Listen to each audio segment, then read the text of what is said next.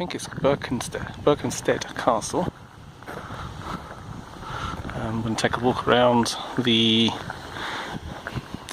wall. It's the inner moat, I suppose. There's a moat in front of me. The walls are there. Take a look at the wall from the outside, and then have a look on the inside. I'm at the far side of the castle now. I see the mound quite clearly. A bit of the castle, the moat, and then there's I don't know how much this is part of the castle, but there's another depression there. Seems to keep going, and then there's another one on the far side. I'd have to look at the overhead to know whether this is like a triple barrier, because on the other side obviously there's the town, so it's all disappeared there, but it's quite big. Now, because of the contrast, it's hard to tell, but you know, there's quite a lot of water there, but it's brightly lit, but it almost looks deeper over on this side, so it's hard to show it because it's into the sun. But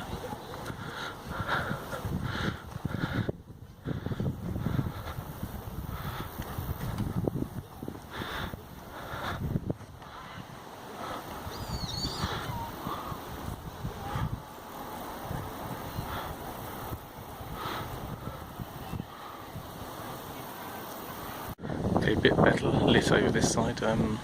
So it's a moat, the motte-and-bailey, it's the castle wall. If you come over this part, there's another moat here. I don't know how many. I can only see the second moat. I don't know if there's any more beyond, but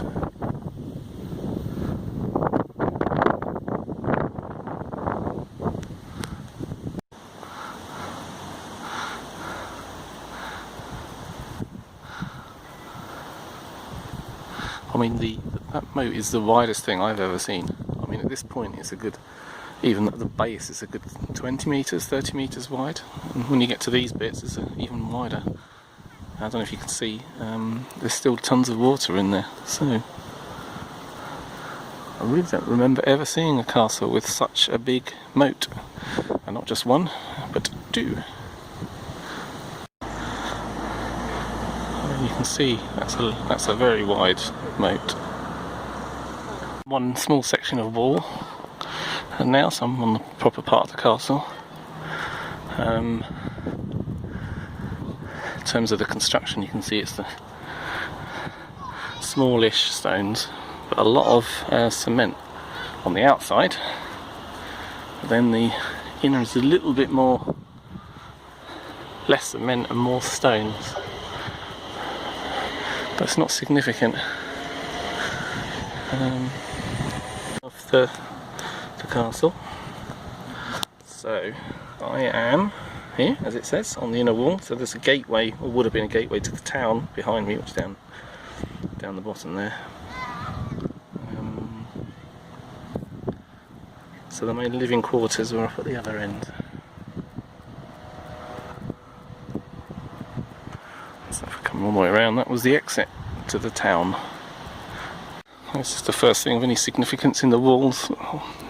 Look like fireplaces, made of small brickwork. So there's one there. So I'm near the living area, I suppose, which would have gone across there.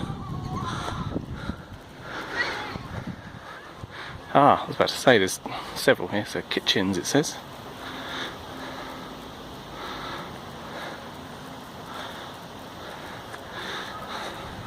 I have a feeling that's been rebuilt. Looks too neat. And there's another one there. This area of the bailey probably housed the kitchen complex and brew house. The kitchens were usually set away from the hall in case of fire. Makes sense? Let's get my wording correct. I'm renowned for making mistakes. So I've climbed up the mound, the moat in the motte-and-bailey.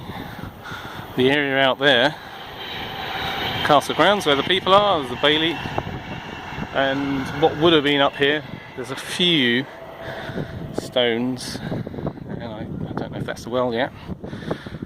The well, yes. And this is where the keep would have been, so like the tall tower that would have sat on the moat, M-O-T-T-E. And then around the edge, outside the castle, is the moat, M-O-A-T. Well, when I say moat, there's actually, I think technically two, but, or at least two.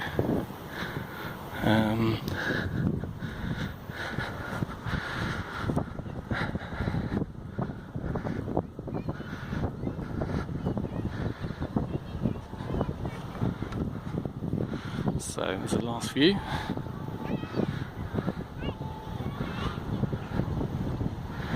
I hope I pronounced it right, Berkhamsted Castle.